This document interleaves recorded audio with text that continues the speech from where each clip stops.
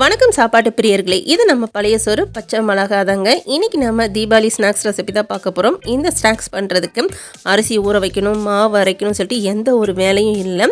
டக்குன்னு ஒரு அரை மணி நேரத்தில் சூப்பராக ரெடி பண்ணிடலாம். இன்றைக்கி நம்ம ரிப்பன் முறுக்கு தான் எப்படி செய்கிறதுன்னு பார்க்க போகிறோம். கொஞ்சம் கூட எண்ணெய் குடிக்காமல் நல்ல மொறுன்னு வீட்டில் இருக்கக்கூடிய பொருட்கள் வச்சே நம்ம டக்குன்னு ஒரு அரை மணி நேரத்தில் இந்த ஸ்நாக்ஸை சூப்பராக ரெடி பண்ணிடலாம். இதை ஒரு சிலர் ரிப்பன் பக்கோடான்னு சொல்லுவாங்க, ரிப்பன் முறுக்குன்னு சொல்லுவாங்க. எங்கள் ஊர் சைடில் இதுக்கு சீவல்னு சொல்லுவாங்க. இது மாதிரி நிறைய பேர் இருக்குது இந்த ரெசிபிக்கு. இன்றைக்கி இந்த ரிப்பன் பக்கோடா எப்படி செய்கிறதுன்னு சொல்லிட்டு நம்ம வீடியோக்குள்ளே போய் பார்க்குறதுக்கு முன்னாடி நம்ம சேனல் பழைய சோறு பச்சை மிளகாவை இப்போ தான் நீங்கள் ஃபஸ்ட் டைம் பார்க்குறீங்கன்னா ப்ளீஸ் சேனலை சப்ஸ்கிரைப் பண்ணிவிட்டு உங்களோட சப்போர்ட்டை தொடர்ந்து தெரியப்படுத்துங்க. இப்போ இந்த ரிப்பன் முறுக்கு எப்படி செய்கிறதுன்னு பார்க்கலாம். இது பண்ணுறதுக்கு 1 கப்பு போல் பச்சரிசி மாவு சேர்த்துக்கலாம். அடுத்ததாக 1/2 கப்பு கடலை மாவு. இது ரெண்டுமே கடையில் வாங்கினதான். இன்றைக்கி நான் வீட்டில் அரைச்ச மாவு எதுவும் யூஸ் பண்ணாமல் கடையில் வாங்கின மாவை வச்சு தான் இன்றைக்கி நான் இந்த ரெசிபி உங்களுக்கு செஞ்சு காட்டியிருக்கேன்.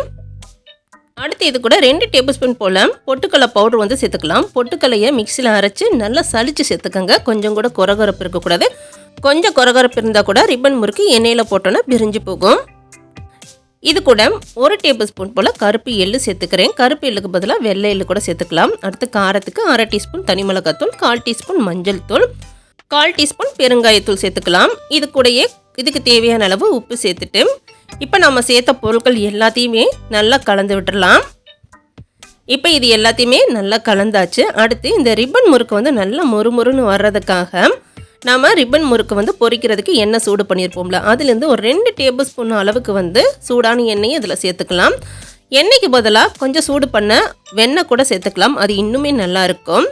இப்போ எண்ணெயெல்லாம் சேர்த்த பிறகு நம்ம சேர்த்த எண்ணெய் மாவில் எல்லா இடத்துலையும் படுற மாதிரி இந்த அளவுக்கு நல்லா கலந்து விட்டு எடுத்துக்கணும். இப்போல்லாம் சூடான எண்ணெய் சேர்க்கும் போதுலாம் முறுக்கு நல்லா மொறுன்னு வரும். இப்போ இது கூட நம்ம தேவையான அளவு தண்ணி ஊற்றி மாவை பிசைஞ்சு எடுத்துக்கலாம். மாவு பிசையும் போதில் தண்ணி ரொம்ப ஜாஸ்தியாக ஊற்றிடாதீங்க. மாவு ரொம்ப தண்ணி ஆகிட்டாலும் எண்ணெயில் போட்டு பொரிச்செடுக்கும் போதில் எண்ணெய் குடித்த மாதிரி இருக்கும். அதே சமயம் நம்ம பிழியும் போதில் கண்டினியூஸாக ரிப்பன் நம்மளுக்கு விழுகாது.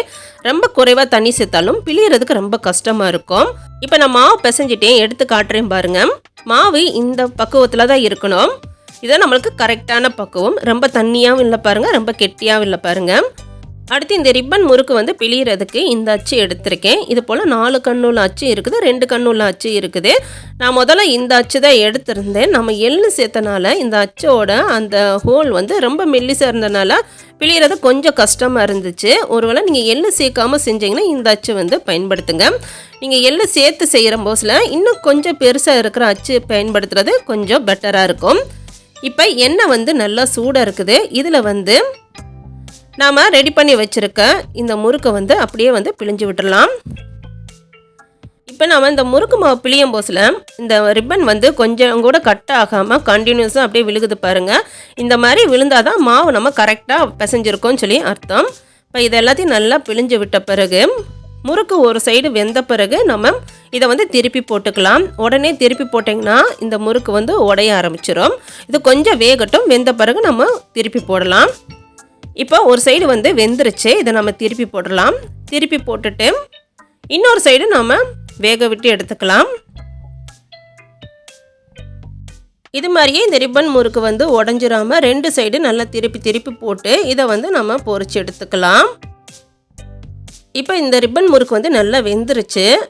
அந்த எண்ணெயில் இருக்க சலசலப்புலாம் நல்லா அடங்கிருச்சு பாருங்க. இந்த ஸ்டேஜில் நம்ம இதை எடுத்துடலாம். எடுத்துட்டு மீதி இருக்கிற மாவையும் இதே மாதிரி அடுத்தடுத்த பேட்ச் போட்டு நம்ம எடுத்து வச்சுக்கலாம்.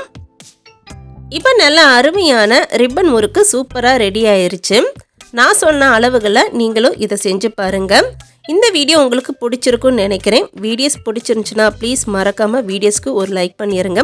கூடயே நம்ம சேனல் பழைய சோறு பச்சை மிளகாவை சப்ஸ்கிரைப் பண்ணாட்டி சேனலையும் சப்ஸ்கிரைப் பண்ணிவிட்டு உங்களோட சப்போர்ட்டை தொடர்ந்து தெரியப்படுத்துங்க.